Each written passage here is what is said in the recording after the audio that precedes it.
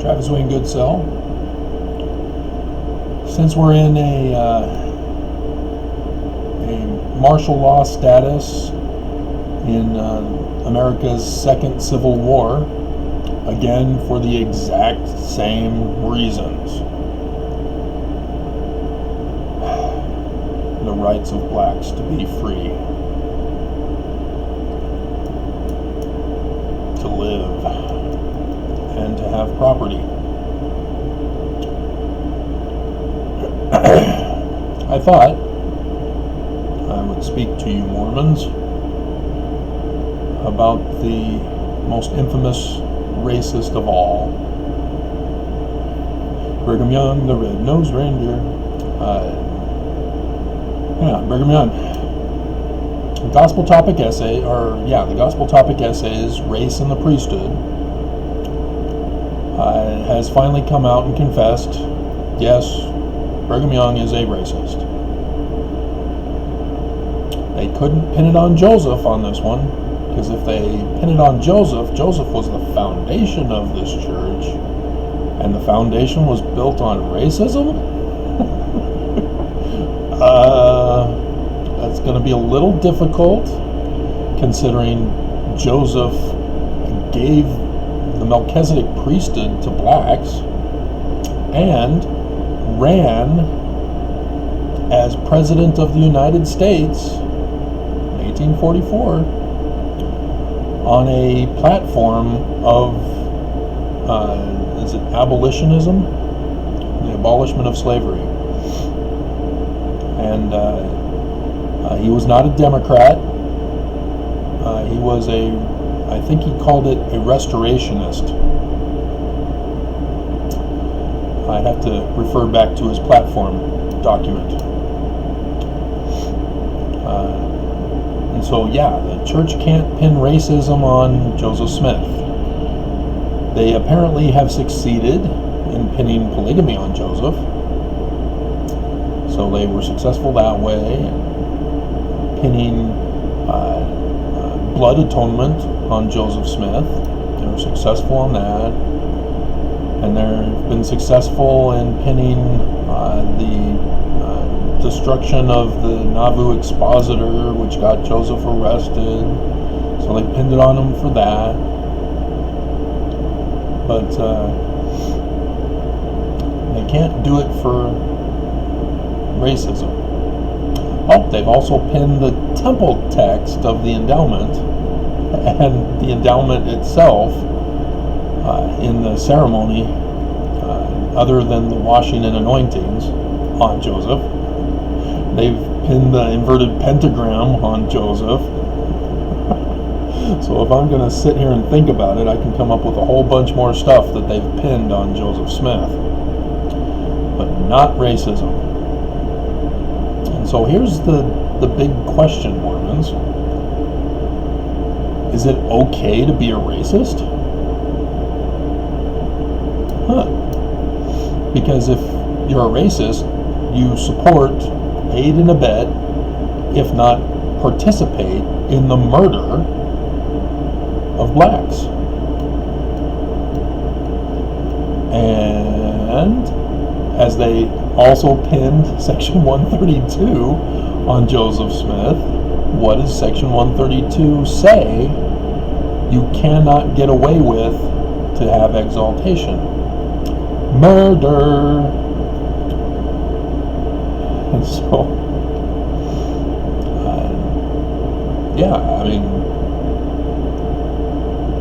racist for God? That's a little psycho. A weakness? Can we call racism a weakness? If Joseph was not a racist and ran on a platform of abolition and gave blacks the priesthood,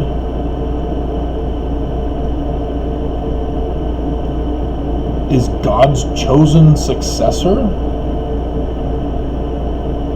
okay by reversing all that and being a racist?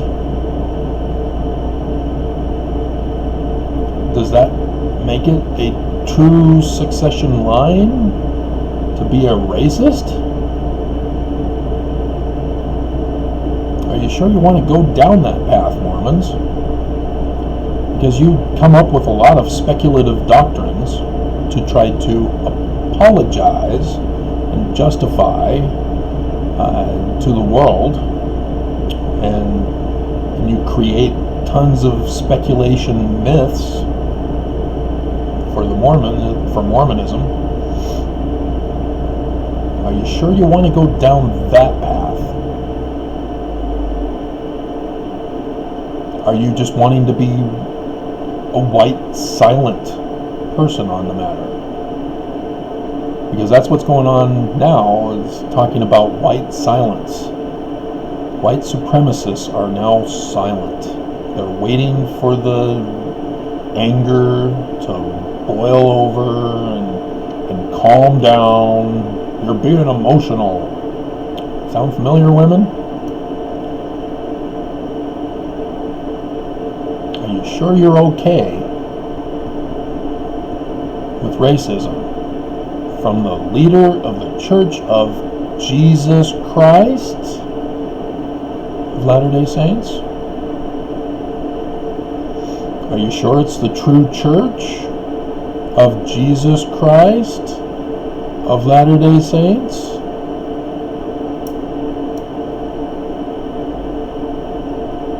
Can we just replace him with John Taylor when it's Brigham Young who made it so that John Taylor would be his successor? Are you sure you want to go down that speculation?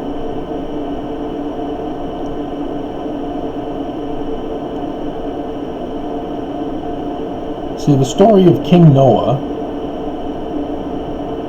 when he took over after Zenith died as the birthright blessing son, according to the text, he was a wicked man. And so he kicked out all of his father's priests and put in his own priests who would support him, defend him, and allow him to commit wickedness, and thus they too were a part of the wickedness, which involves polygamy.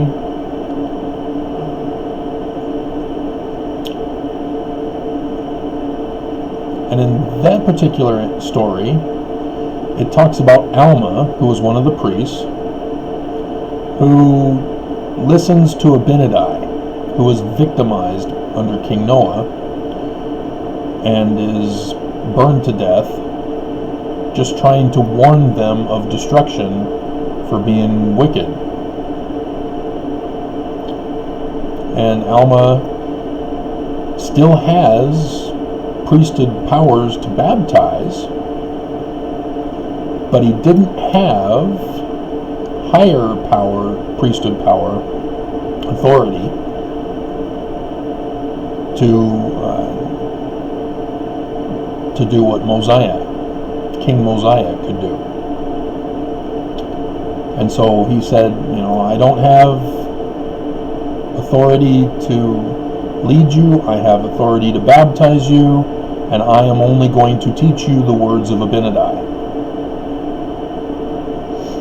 because I have no other authority. And so, are we sure Brigham Young was King Noah? Because in that particular instance, King Noah was the birthright blessing son for legitimate succession. Brigham Young was a part of the missionary quorum of 12 that section 124 makes very clear he was not a prophet, seer, or revelator. None of those. The only keys of the priesthood he had were to preach the gospel and set up churches around the world. That's it. That's the keys of the kingdom. It's to spread the gospel, build churches, not prophet, seer, and revelator. That's obviously been confused currently, isn't it? because Mormons, you believe that the same church that exists today is the same church that existed under Joseph Smith, and therefore under Jesus. And I'm sorry, you're not doing the proper reading of the right passages, because you all know that's how you do things. You read, ponder, pray, and then whatever comes to your head is now official truth, and nobody can take away your truth, not even facts, not science, evidence, nothing, because you've been told in your head what truth is. Even if the president of the church comes out and says, this is how it is, and it contradicts what came to your head, you're going to end up being like Brian David Mitchell. Who else is? Mark Hoffman. Those are the popular ones currently that come to mind. And the Vallow and Daybell. Can't forget them. They've been sort of out of the spotlight lately, but the 3-part interview on East Idaho News is completed. But that's what you risk becoming, Mormons. Murderers for God. And so are you sure you want to go down the path that the church is true, despite Brigham Young not having legitimate succession and being completely contrary to the gospel and administration of Joseph Smith? Are you sure you want to go down that road? I know you have to, because if you confess that Brigham Young didn't have authority to succeed as president of the church, then the whole church is destroyed. It's gone. It doesn't exist as an authoritative church. It's not God's church. And so yes, you have to live the lie, as the video I did yesterday, I think. You have to live the lie in order to maintain your faith without works. Even though faith without works is dead, you have to maintain it as long as you can, even though it's dead and you're carrying it around with you. This dead entity of an organization claiming to be religion. And so that's what you're faced with. Whereas for me, it was Brigham Young as a murderer was what caused me to say, that's it. Bishop Hammond said, don't bother if you're going to post on YouTube the video that the Book of Mormon is true. It had to do with ancient language studies, because Bishop Hammond is opposed to anyone other than the president of the church being a translator, even though the presidents of the church don't claim to be translators. They don't even claim Joseph. They've again succeeded in denouncing Joseph as a translator. And yet here I come, I'm a translator, Joseph is true, and the bishop says, why are you bothering coming to church? Wow, so screw you, I'm not going to church to be extorted. I will not give up my lifelong study and research, having deciphered Paleo-Hebrew, having deciphered Egyptian petroglyphs, having discovered that the Bible derives from the Egyptian petroglyphs. And I've published about it, and I've told you why I stopped publishing after publishing what I did publish. What are you doing?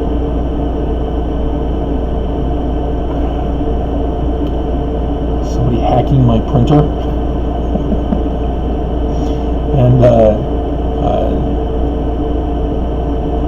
And so, yeah, that was my straw that broke the camel's back, was finding out that Brigham Young was a murderer. And so then other things started falling like dominoes. Now I recognize the inverted pentagram, of course. I should have known. But they have it all the way up high on the doors of the temple. They have it on the middle of the street, on the Seagull Gate. And Nauvoo, it didn't become an issue until they rebuilt it, exactly as Brigham Young's brother-in-law designed it. And again, they also blame Joseph for that design. They've succeeded in that. So, now there's no way I'm going back to the church, because I now know. So if I need to say the words, I have a testimony that the Church of Jesus Christ of Latter-day Saints is the great and abominable church, the Babylonian whore of all the earth, the Church of Lucifer. There's my testimony. And the Mormon on YouTube is purposely going to throttle this video, because I'm going to throttle this printer for acting up right now. And so, I'm sorry, Mormons. When are you going to leave with me? Because we are in the Second Civil War. This is it. This is Armageddon. This is the last days, and you don't even know the God you're supposed to be looking for. And I'll give you a hint, it's not God, it's a man. Section 103. We've gone over this with you. If you need another passage, section 85, verse 7. If you need another one. So, please, Mormons, stop the abuse. Stop the hatred. Stop the silence. Because your silence is exposing you as haters. They're exposing you as white supremacists. They're exposing you as racist, xenophobics, sexist, bigots. That whole list. Because silence right now places you on the wrong side of history. Silence condemns you. You can no longer sit on the fence, Mormons. Those of you who are millennials do not know that reference. Bruce R. McConkie, from his original Mormon doctrine. Had to be revised and edited numerous times until finally he had to completely pull out all of that after 1978, and then now the church no longer supports Mormon doctrine at all. They've completely turned their backs on Bruce R. McConkie. Which, why didn't they do that when I was working with the curriculum department, working on the footnotes of the scriptures? We could have gotten a lot more accomplished, a lot more changed. But again, they didn't want to do it for the white people Bibles and triples, because there were still people alive at that time who had worked on the original, and they didn't want to ruin their reputation by humiliating them with the corrections needed. Anyway, so yeah, I'm sorry, Mormons. You have to choose. And your choice is not up to you as to which you get to want to be on. You can't say, I'm on the side of Jesus and stay with the church. Because if you stay with the church, you're on the side of Lucifer. You can call him whatever you want. But your actions determine and identify the real God you worship. Doesn't matter what you call him.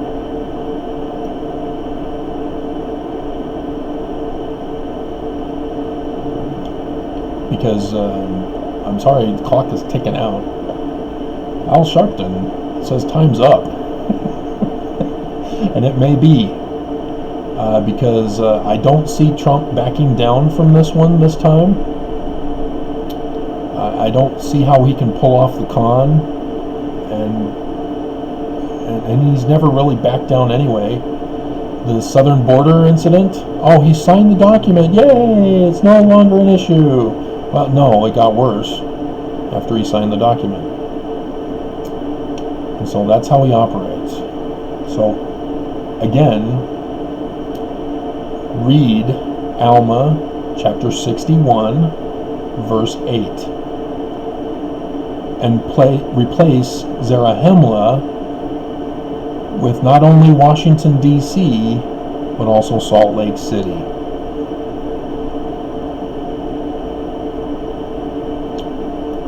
Because our government and religion are separated, whereas anciently they were a theocracy. They were united in one under the Pharaoh, who was king and high priest.